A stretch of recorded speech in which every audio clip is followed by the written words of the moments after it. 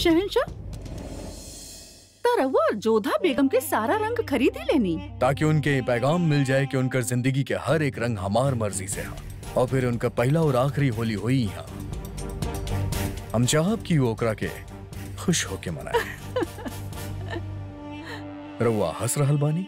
वो ये खातिर कि हम पहला ऐसा औरत देखनी है जे अपन जिंदगी के बेरंग होकर देख के भी बहुत खुश बिया। सच कहीं शहंशाह, हमार मन कर रहल बाकी हम जोधा बेगम के ऊपर मुकम्मल एगो किताब लिख दें। रउआ ओकर चेहरा के रंग उतारे खातिर ओकर सारा रंग खरीद लेला। अच्छा लागल हमके। हम रउआ खातिर कुछ लाइल बानी।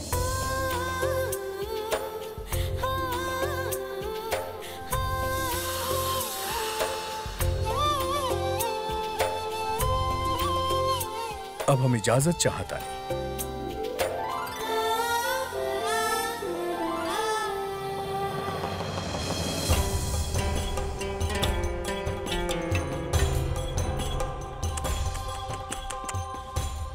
बुरा लागल बेगम रुकैया, काहे कि शहंशाह बेगम जोधा के सारा रंग खरीद लेने और राउर सामान अभी भी बाकी बा। हम इस सल्तनत में इकलौता बानी जे हमेशा बनी रहे। और रहल बात रंग के, त जेकर जिंदगी शहंशाह बेरंग कर देले होके, ओकर अगर थोड़ा बहुत रंग बिक गईल तो हम के ऐसे कोनो एतराज ना हा।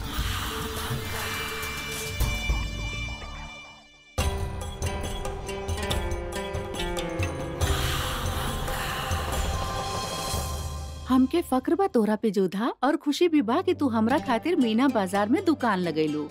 हम सुनले बानी तोहार रंग पूरा मीना बाजार में छा गईल बा। जलाल तोहार सारा रंग खरीद लेलस, का ई सच है? बस राउर आशीर्वाद है अम्मी जान।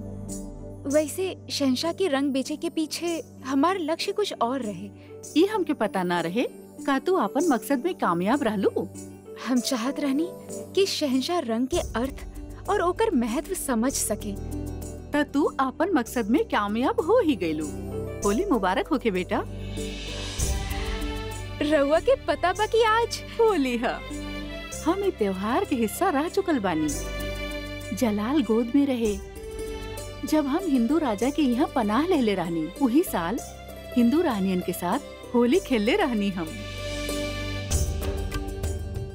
हम तो जानत ही न रहनी अम्मी जान कि रउआ के हमनी के पर्व के बारे में इतना कुछ पता बा।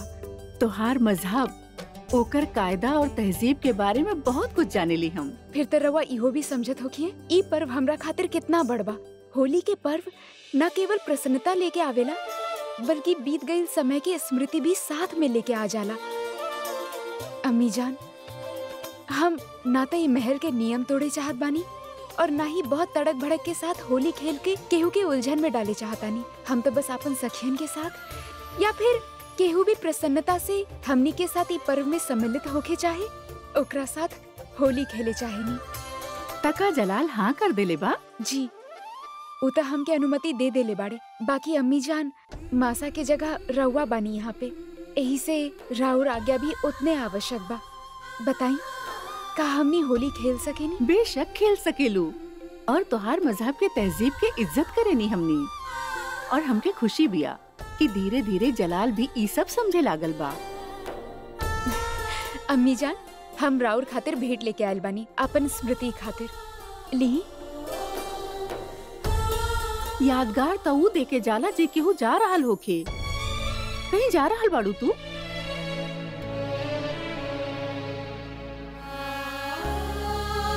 अपन बच्चन के आशीष देवे खातिर माता पिता के कोनो भी बहाना के आवश्यकता ना होखेला, और ना ही बड़न के भेंट देवे खातिर छोट के कोनो भी अवसर के प्रतीक्षा। हमार मन में आयल तो हम अपन अम्मी जान के भेंट दे देनी। तोहार देहल हर चीज हमरा खातिर अनमोल है जोधा। ई तोहफा हम बहुते संभाल के रखब।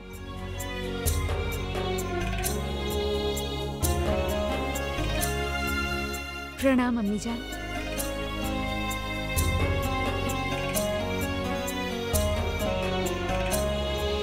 का लागल तू लोगन के? कि तोहर मजहब के बेगम महल में का आ गई, तोहर तकदीर और हरम के कायदा सब बदल जाई। तो एक बात कान खोल के सुन ली तू लोग यहाँ आगरा में बाड़ू मुगल सल्तनत खातिर काम करेलू। तू लोगन के मजहब के त्योहार और तहजीब में हमके कोनो दिलचस्पी ना बा।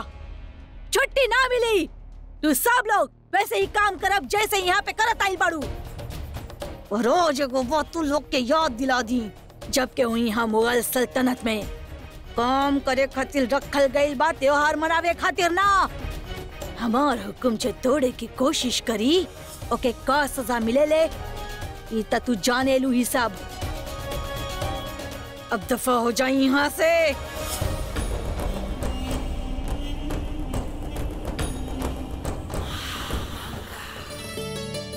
अरे रीवा, ई रंग यहाँ पे काहे रखल बा? इनके बाहर रखवावा ना। ई शहंशाह भेजवैले बाड़े।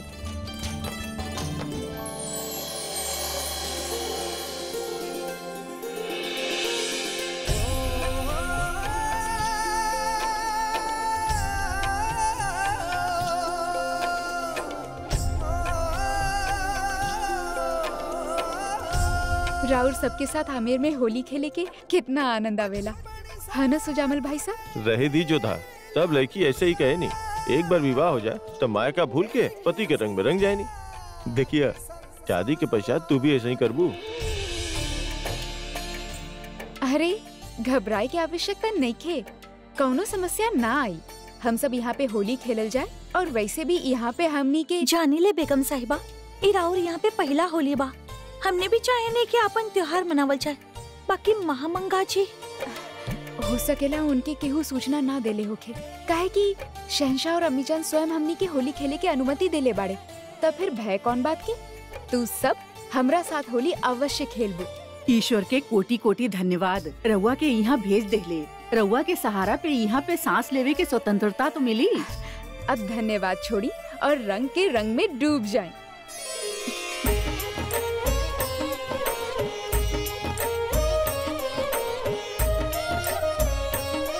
रीवा,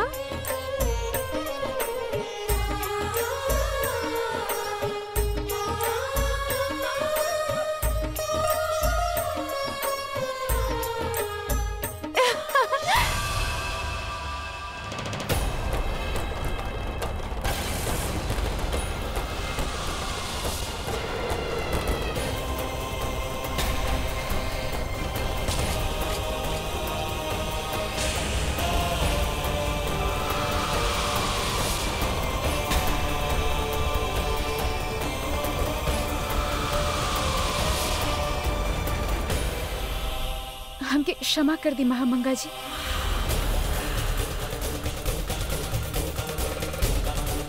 हम जानबूझ के रउआ के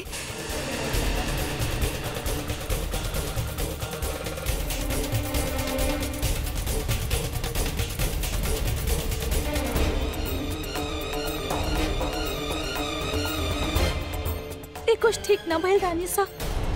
महामंगा के ये तरीका से शांत रहल अच्छा संकेत नहीं खे।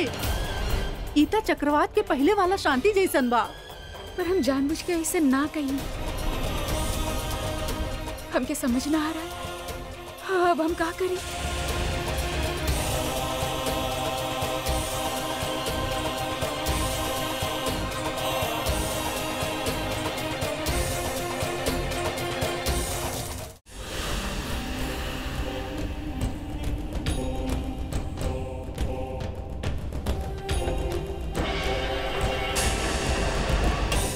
ये रंग ना धुली, ये ऐसे ही रही।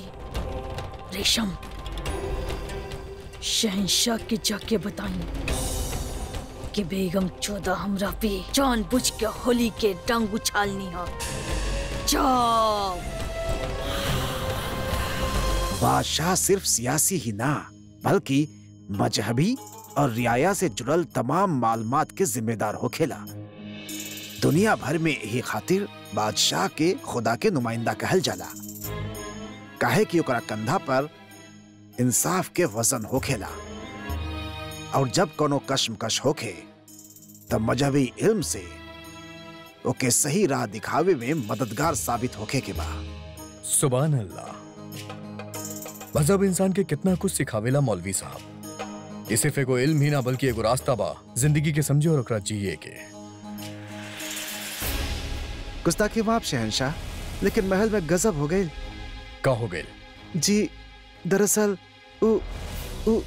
वजीर आलिया महामंगा उनके का भइल बड़म्मी के हमके बतावा रेशम, तहार जबान का है लड़खड़ात बा। हुजूर, जोधा बेगम होली खेलत समय वजीर आलिया महामंगा के होली के रंग से सराबोर कर देले बनी। वजीर आलिया सख्ते में बनी। लाहौल वला कुव्वत, ये तो कुफ्र बा, ये तो गुस्ताखी है। और ये गुस्ताखी अगर शहनशाह के बेगम के लिए होखे तो ये गुनाह अजीम है।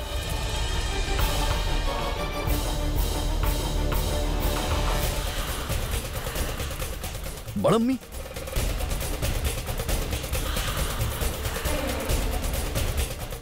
देखी जलाल, राहुल बेगम चौथा राहुल बड़ी अम्मी के का हालत कर देले बानी। शर्मिंदगी ते इतना पिया कि मौलवी साहब से भी नजर न मिला सके नहीं हम। रहुआ बेगम चौथा के निकाह के समय उनके मजहब और उनका त्योहार मनावे के सहूलियत देले रहनी, इजाजत ना देले रहले रहुआ उनके कि वो हमनी के मजहब में बतावल गई पाबंदी के मजाक उड़ावे। पर हम जोधा बेगम के होली खेले के इजाजत सिर्फ ये उम्मीद से दहले रानी कि ऊ केहू के तकलीफ के सबब न बने। एकरा खातिर उनके होली अपन ख्वाबगाह में खेले के चाहत रहे, महल के बगीचे में रंग ना उछाले के चाहत रहे। जलाल, अदा हम के अब्बा जान से जुदा होखला के बाद हम रंग और हिना से तौबा कर ले रहनी। हमारे साथ के और नेकी के तार तार कर देने रहुआ के बेगम जोधा।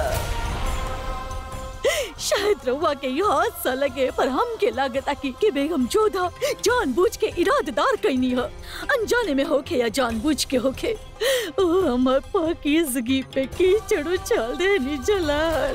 काश हमरा बस में होकर तो ही जे खंजीर भोंक लेती हमरे सीना में और मर जाती, लेकिन हम ये भी न कर सके काहे कि हम अपन जिंदगी रहुआ के और मुगल सल्तनत के नाम कर देनी। हमारी महल में कोनो हक नहीं के जलाल। राहुल बेगम की जियत जी मार देली, जियत जी मार देली। महामंगा वज़ा फरमा रहल बानी शहनशाह, होली के रंग से खेलल और इनके सफेद लिबास पे रंग के उड़ाइल बहुत बड़ा गुनाह बा।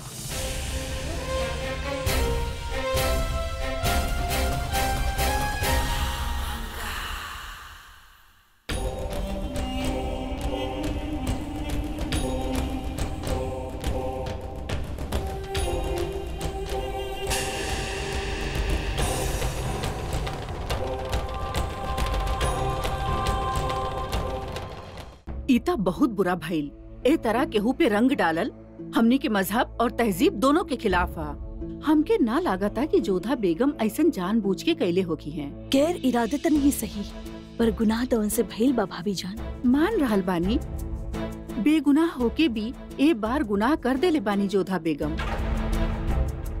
पता न काहे हर बार जोधा ही ऐसन अजीबो गरीब मुश्किल में पड़ जाले। हम ता ये सोच रहल बानी शहनशाह अब का करी हैं। सही कहलू, एक ता ई सियासी ना मजहबी मुआमला हा जौने में कौनो रियायत ना हो सकेले।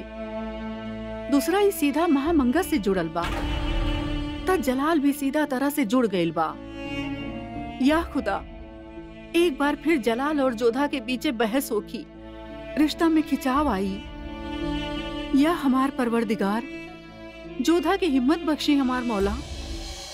अज्जे कुछ भी भाई ठीक ना भाई, अनजाने में ही सही हमसे बहुत बड़ा पाप हो गए। महामंगा के दिल के कितना ठेस पहुंचा लोगी।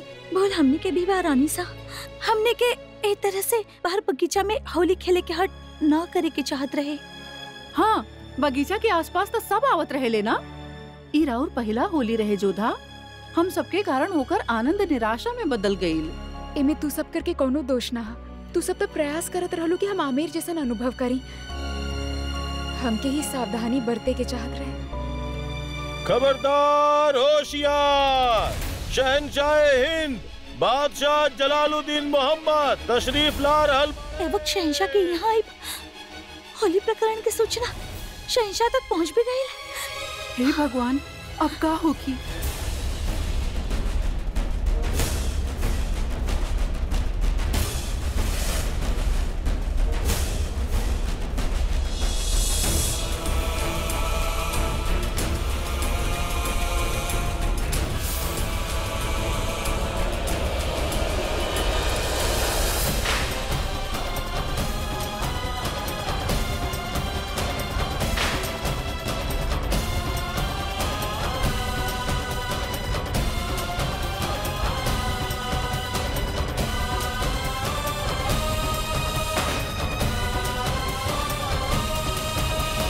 रंग से खेले के बहुत शौक बना रहुआ के तखेली हम बेपनाह रंग बिखेर देनी रहुआ खातिर।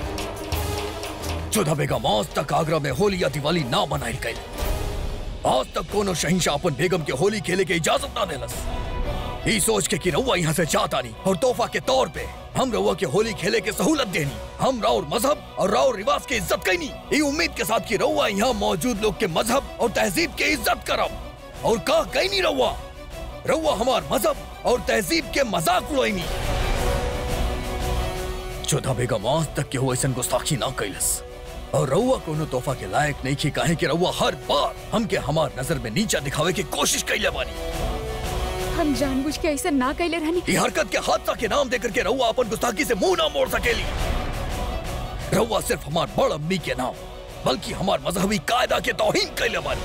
हम कौनो तर्क ना करब काहे कि हमार मन स्वयं ई बात से व्यथित है। अनजाने में ही सही हमसे बहुत बड़ा पाप हो गई। अब जे भी दंड दिए दे दी। सर झुका के हमो के स्वीकार करे खातिर तैयार बने। सजा तो मौलवी और नमाज साहब से मशवरा करे के बाद मुकर्रर कैल जाई, लेकिन हमरा ख्याल से राव आमिर लौटे से बदतर और तकलीफ दे सजा कुछ नहीं के। हम शाहिंशी के हाथ पैगाम भिजवा देले बानी और जल्द से जल्द केहू आवत हुई रहुआ लेवे। लेकिन अगर शाम तक फिर भी केहू ना आवेला, कल सवेरे ही सिपाही लोग के साथ हम रहुआ के आमेर भिजवा दे।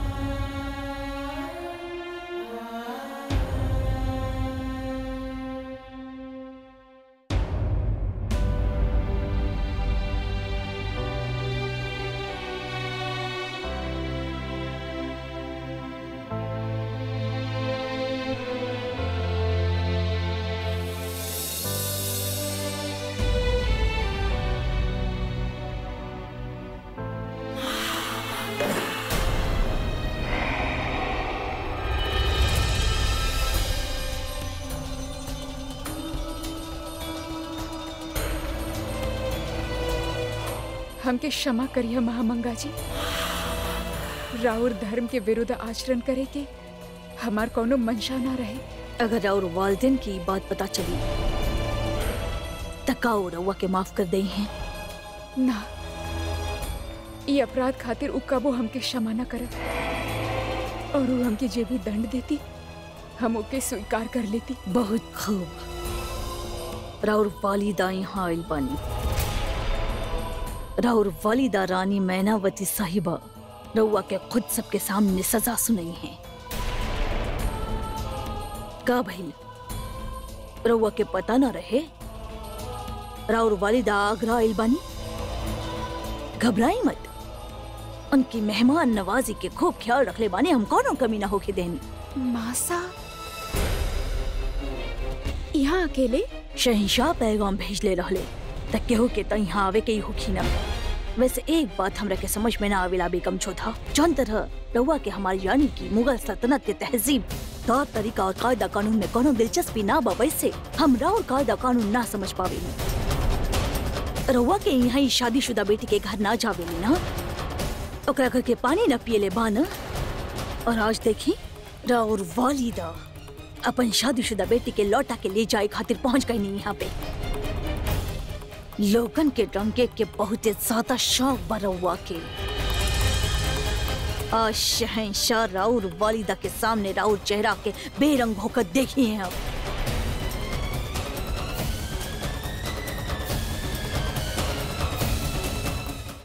हिमाकत के हाथ हो गए। बेगम भैल तिका हमारा अम्मी जान के लिबास खराब करे के इजाजत मिल गई ओकरा के।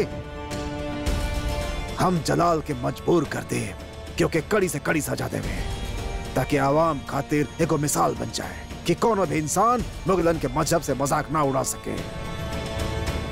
वैसे गलती तो जलाल के ही बा, बहुत छूट दे रख ले बा ओकरा के, लगाम खींच के रखे के चाहत बा बच्चात के।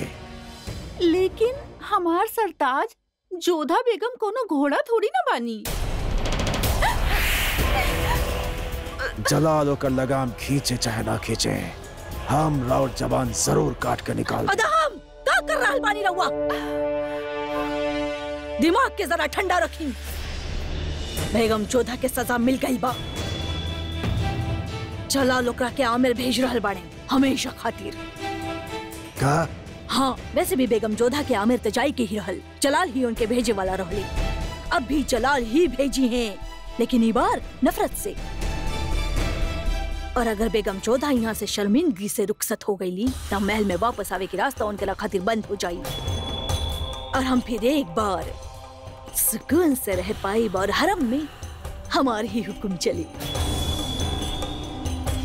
जब बगावत की चिंगारी हम बेगम जोधा के आंख में देख ले रही तो हमेशा खातिर बुझ गई बा। अम्मी जान हमके समझ में नहीं के आवत कि रहुआ जोधा बेगम से इतना खौफजदा काहे बानी। काहे कि जे झुकेला ना और इनकार करत रहेला ऊ केहू के भी झुका सकेला। इ नौबत आवे से पहले हम बेगम जोधा के सिर शर्म से झुका देले बानी।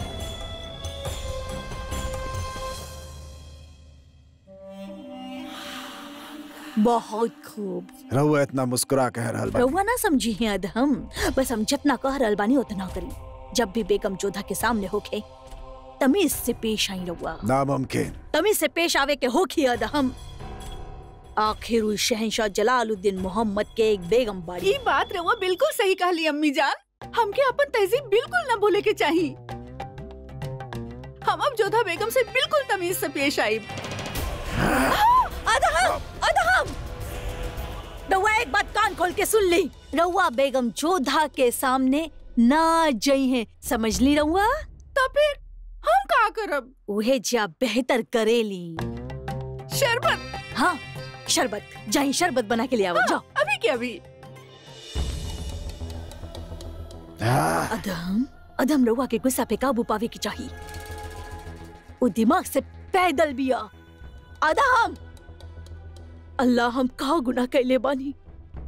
रानी साहिबा, मैनावती जी के ई वक्त यहाँ आइल हमरा समझ से तो बाहर बा। आज जे होली में भइल ओकरा से एकर कोनो रिश्ता ना लागत हमके। और ये खबर इतना जल्दी वहाँ तक पहुँच भी ना सकत।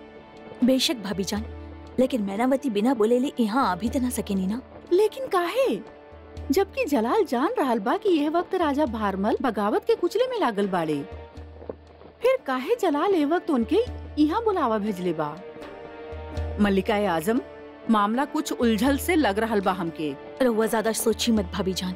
जे होखी वो दीवानी खास में सामने तो आ ही जाई ना। आज दीवाने खास एगो खास मकसद से बुलाइल गइल बा। पिछले कुछ दिन में रोशनी डाले के बाद और हमार जोधा बेगम से मसलत के बाद हम ये फैसला ले ले बानी कि जोधा बेगम के वापस उनके आमेर भेजल जाई। शहंशाह, जोधा रउआ के बेगम बानी। रउआ ए तरफ उनके कैसे वापस भेज सकेले? शहंशाह, आमिर की राजकुमारन पे झूठा आरोप लगा के उनके नजर बंद करल गई। आमिर में केहू प्रतिरोध न कैलस, केहू कुछ न कहलस। मगर आज यदि राउर अनुमति होखे तो हम कुछ कहे चाहता नहीं। हमरा यहाँ स्त्रियन के अनुमति ना बाकी ए तरह बेटियन के ससुराल जाए। मगर हम अपन सारा परंपरा के तोड़ के यहाँ पे भरी सभा में उपस्थित बानी। काहे कि हमरा यहाँ माँ जब बेटियन की विदा करेली तो उनके पल्लू में एक सीख बांध के भेजेनी कि अब से ससुराल ही उनकर घर बा। उनकर पल्लू पकड़ के उनके वापस मायके ना ले जावेनी। यदि जोधा से कोनो भूल या कोई अपराध भइल होखे तो अगर गुनाह के फहरीज ना खोलल जाए तब बेहतर होई रानी साहिबा।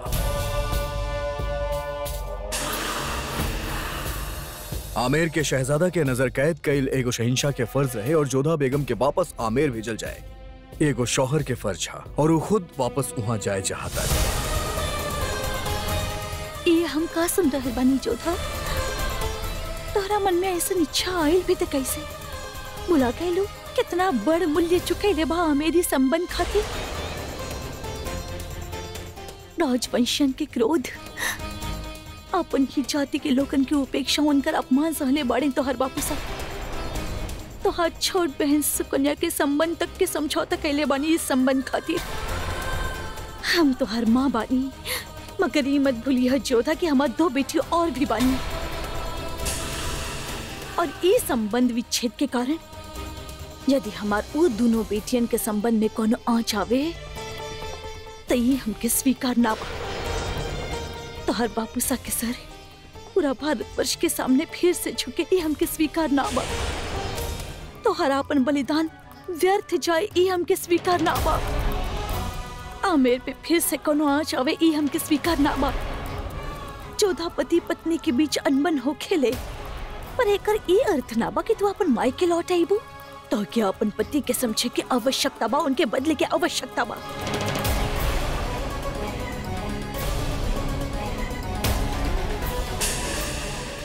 हर सवाल के हल हो खेला जोधा, और तो के ऊ हल ढूंढे के होगी।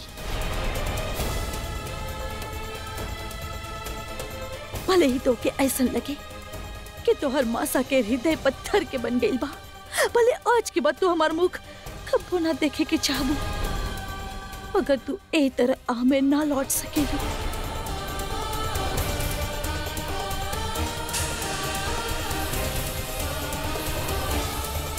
हर तीज त्योहार में हमारी यहाँ बेटी के राह देखल जाले, मगर वह बेटी परित्यक्ता के रूप में वापस आवे ता हमने उ राह बंद कर देवे नहीं। आमेर तो हर मायका रहे और रही, मगर आगरा ही तो हर घर बा। हमार बेटी के डोली आमेर से उठल रहे, हमारी इच्छा भी कि होकर अर्थी आगरा से उठे।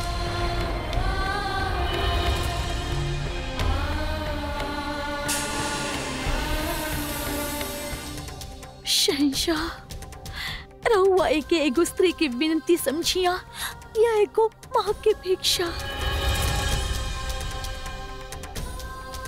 जोधा के आमेर वापस मत लौटाई।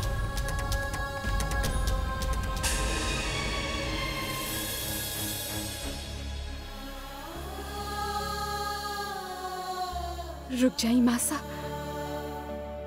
आप ना चाहता नहीं ना कि हम आमेर लौटी? हम ना लौट, हम ना चाहेनी कि हमार कारण हमार मासा केहू के सामने गिड़गिड़ाए। और मासा ई मत समझिया कि ई निर्णय लेला के बाद हमार प्रेम रवा के प्रति कम हो जाए, बल्कि आज के पश्चात राउर पद और राउर गरिमा हमार नजर में कई गुना ऊंचा हो गई बा।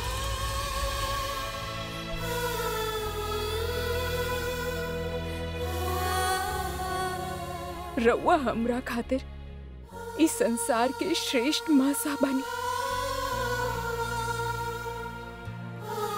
हम रउआ के वचन देतानी मासा, जोधा मर जाई, बाकी एगो परित्यागता बन के आमेर ना आई।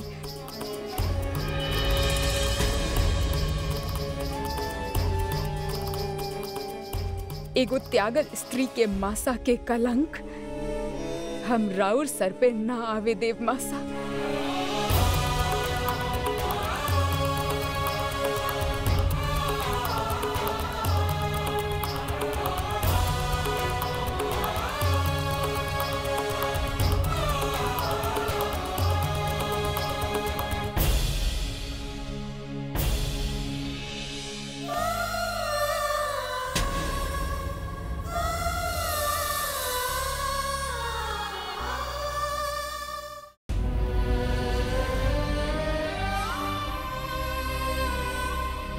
जोधा हमके कुछ समय खातिर अकेला छोड़ द मोती। जा यहाँ से। ना, हम रउआ के अकेला ना छोड़ब। काहे? कौन संबंध और कौने अधिकार से? जब स्वयं हमार मासा हमके साथ ले जाए से मना कर देनी, तब तू काहे हमारे साथ देवी चाहत बड़ू? जब स्वयं हम यहाँ पे सुखी ना बनी, तो तोहके का सुख मिल पाई? शहंशाह चाहले कि हम आगरा छोड़ दी और मासा हमके आमेर ना ले जाए चाहता नहीं। वो कर भी कर सके नहीं और भी कर्तव्य बा उनके ऊपर। ये हमार भाग्य के लिखल बा मोती। एक रात से हमके ही लड़े होखी और यही से ना तब हमके केहू के साथ के आवश्यकता बा और ना ही कोनो सीख के। हमके हमार भाग्य के साथ कुछ देर अकेला छोड़ द। इतहर सखी के विनती भी है और एगो रानी के आदेश भी। और जब तक हम ना बुलाई यहाँ मत आइया, समझ लो।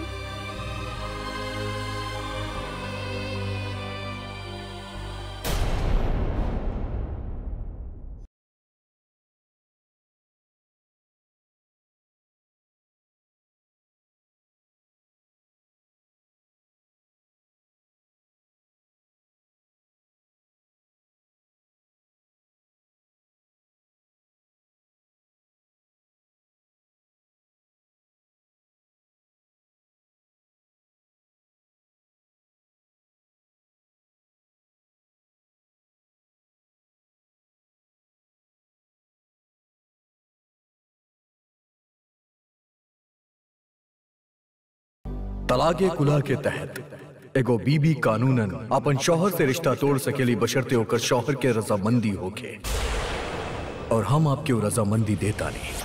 दुखी बाड़ू जोधा, ताकि तहर मासा तोहके आमेर ले जैसे मना कर देनी। बाकी वो ठीके कइले बानी, काहे कि अगर तू आमेर चल जाइबू त आमेर के कितना अपमान सहे के पड़त। तहार बहन सुकन्या के विवाह होखते होखते रुक जा। जोधा, ई मत भूला कि तहरे अलावा दुगो और बेटी बानी तहार माता पिता के। परंतु यहाँ पे गुट गुट के मरे से तो अच्छा हम जीवन भर अपन मासा बापूसा के सेवा करती, उनके साथ रहती। और फिर कौन अधिकार से तू आमेर जैतू जोधा? अग्नि के साक्षी मान के तू वचन देले बाड़ू और काओ के निभाई तहार कर्तव्य ना। यदि तहार विवाह मुगलन में ना होके कोनो राजवंशी से भइल होखत, का तब भी आपन ससुराल के छोड़ के आपन मायके लौट जाए तू? त का उदाहरण प्रस्तुत करतू तू सबकरा सामने? जोधा, अब तू आगरा के बेगम बाड़ू। यहाँ के रीति नीति और संस्कार के समझा और ओके अपनावा। आपन पति के इच्छा अनुसार कार्य करल इहे तहार धर्म है। और शहंशाह के धर्म कहा अन्याय करल, एगो पति के धर्म ओकर दायित्व कहा अपन पत्नी के नीचा दिखाए, ओकर अपमान कर। अग्नि के फेरा लेके उहो भी हमके वचन देले रहे कि उ हमके प्रसन्न रखिए, हमार विश्वास करिए, हमार सम्मान करिए। उ अपन कौन से वचन निभा ले ना तो हमके आमेर के छोड़ल और ना ही आगरा में अपनाए। वाह जोधा वाह, तू ऐसन सोच रखेलू शहंशाह खातिर। प्रारंभ तू कैलू, तू घृणा लेके आयल रहलू अपन मन में। तू कबो उनके ना अपनाइलू, ऊ तो तहार हर बात मन ले। तोहके अपन धर्म में बनल रहे के अनुमति देले। तहार पूजा अर्चना में कबो कोनो रोक न डलले, यहाँ तक कि तोहके होली खेले के भी अनुमति देले। और फिर भी तू शहंशाह के विषय में ऐसन सोच लू? फिर तो सच में तोहके यहाँ रहे के कोनो अधिकार नहीं है। कहे कि ना तो तू यहाँ के संस्कृति के समझ पाइल बाड़ू और ना ही ओके अपना पाइल बाड़ू। ना ही तोहके यहाँ के लोग समझ आवेले और ना ही उनकर नीति। बार बार विद्रोह करके अपना आप के और दूसरन के दुखी करल बंद करा और आमेर लौट जा। ना जोधा, तू आमेर ना लौट सकेलू। तहार परिवार वाला तोहके इतना प्रेम देले बाड़े, सम्मान देले बाड़े। तू उनके दुख और अपमान के कारण ना बन सकेलू। तू आमेर ना लौट सकेलू।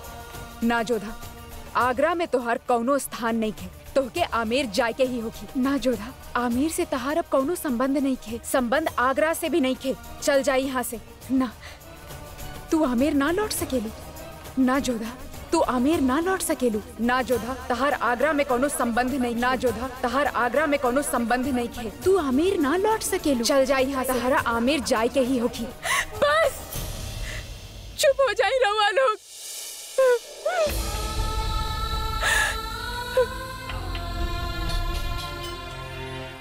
हम समझ गए नहीं हम कि हमारा स्थान कहीं पे भी ना बा। ना आमेर में, ना आगरा में, ना हमार मायका में, ना ही ससुराल में। और यदि ये हमारे जीवन के सच्चाई है तो हम जानी ले कि हमारा स्थान कहाँ बा। हम जानी ले कि हमके कहाँ जाए के जाए।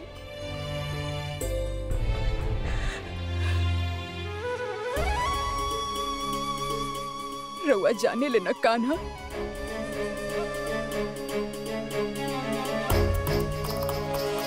सब खैरियत तबा रानी साहिबा? महल में कोनो कमी, कोनो चीज के परेशानी त ना रहुआ के? हम तो रउआ से क्षमा मांगे आइल बानी कि हम जोधा के आमेर ले जाए स्वीकार ना कईनी। और हम रउआ के शुक्रगुजार बानी। रउआ हमार बेटी के हमसे जुदा होके से रोक देनी। बहुत कड़वा वचन बोलल बानी हम अपन बेटी के, पर सभा में ओकर निर्णय के आलोचना कैले बानी। हम रउआ के ये बता भी आइल बानी कि कोनो जरूरत ना हा।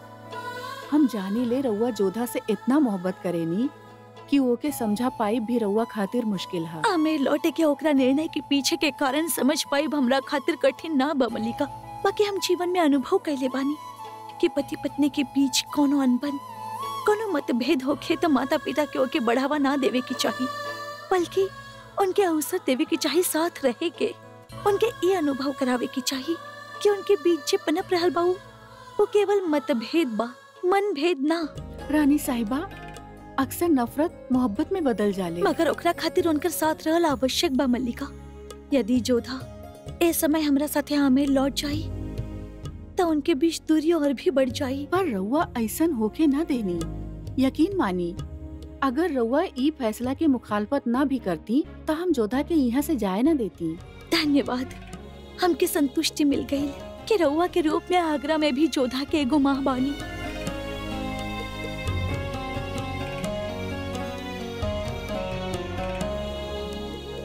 हम रउआ के प्रणाम कर रहल बानी। हमके शर्मिंदा ना करी, जोधा हम दोनों के बेटी बिया। अच्छा, तब आज्ञा देही, हमके तुरंत ही आमेर लौटे के होगी। जोधा के फिक्र मत करिहा, हम बानी यहाँ। नमस्ते।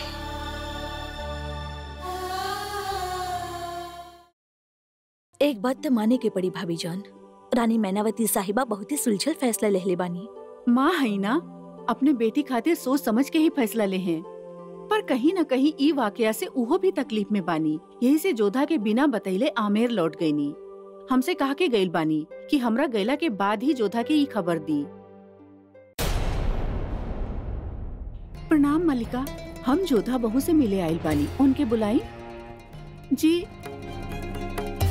ओ ना बानी मतलब मल्लिका, वो बात ई बा की वो हमके आदेश देनी कि वो कुछ देर अकेले रहे चाहत बानी, और ओकरे बाद वो पता न कहाँ चल गई। हम महल में हर ओर देख लेनी, परंतु वो कहीं न मिलनी।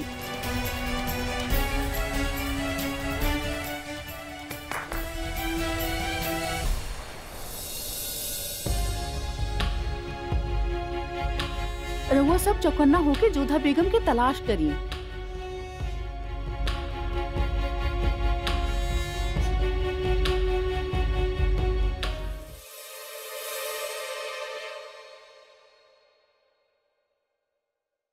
गुस्ताखी माफ होके वजीर आलिया, हम आपके इबादत पे खलल डाला था नहीं, लेकिन गजब हो गई। जोधा बेगम महल छोड़ के कहीं चल गई बाड़ी। मतलब जोधा बेगम गायब बाड़ी? अम्मी जान के शाही महल से कैसे गायब हो सकेला?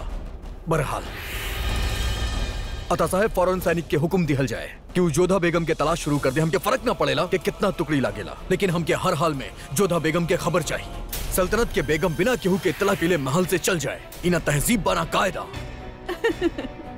तू हंसत आरू रुकैया और का करी? रउआ बातें ऐसन कहला है जलाल। जरा जोधा के हालत पे गौर करी। वो शहनशाह के ता ठुकरा चुकल बिया और ओकर वालदेन ओके ठुकरा देले बाड़े। जे औरत के पास ना ही शौहर ना मोहब्बत होके और ना ही वालदेन के सहारा, ओकरा ला कायदा और तहजीब का मायने रखेले। पर हमरा खातिर मायने रखेला रुकैया। मुगल सल्तनत के इज्जत और ओकर रुतबा हमार जिम्मेदारी बा और ओकरा बरकरार रखे खातिर जोधा बेगम के मिलल बहुत जरूरी बा। एगो मर्द खातिर बहुते मुश्किल होखेला एगो औरत के दिल के बात जानना। बाकी हाँ, एगो औरत होखला के नाते हम रउआ के इशारा दे सकेनी। जे औरत के पास ना कोनो रास्ता होखे, ना कोनो मंजिल, ना कश्ती होखे, ना साहिल, ना जिए के कोनो सहारा होखे, ना जिए के कोनो वजह, वो औरत अक्सर अपन जिंदगी खत्म कर लेवेले, चाहे वो कोनो सल्तनत के बेगम ही काहे न होखे। और उनके यहाँ ता रस्म भी बा, अपना आप के जला के खत्म कर दे। हमके तो सोच के बहुते तकलीफ हो रहा बा। और रुकैया जोधा अब आमेर के शहजादी ना मुगल सल्तनत के बेगम हिया और हम मुगल सल्तनत के इज्जत केहू के दाव पे लगावे ना दे सकेली।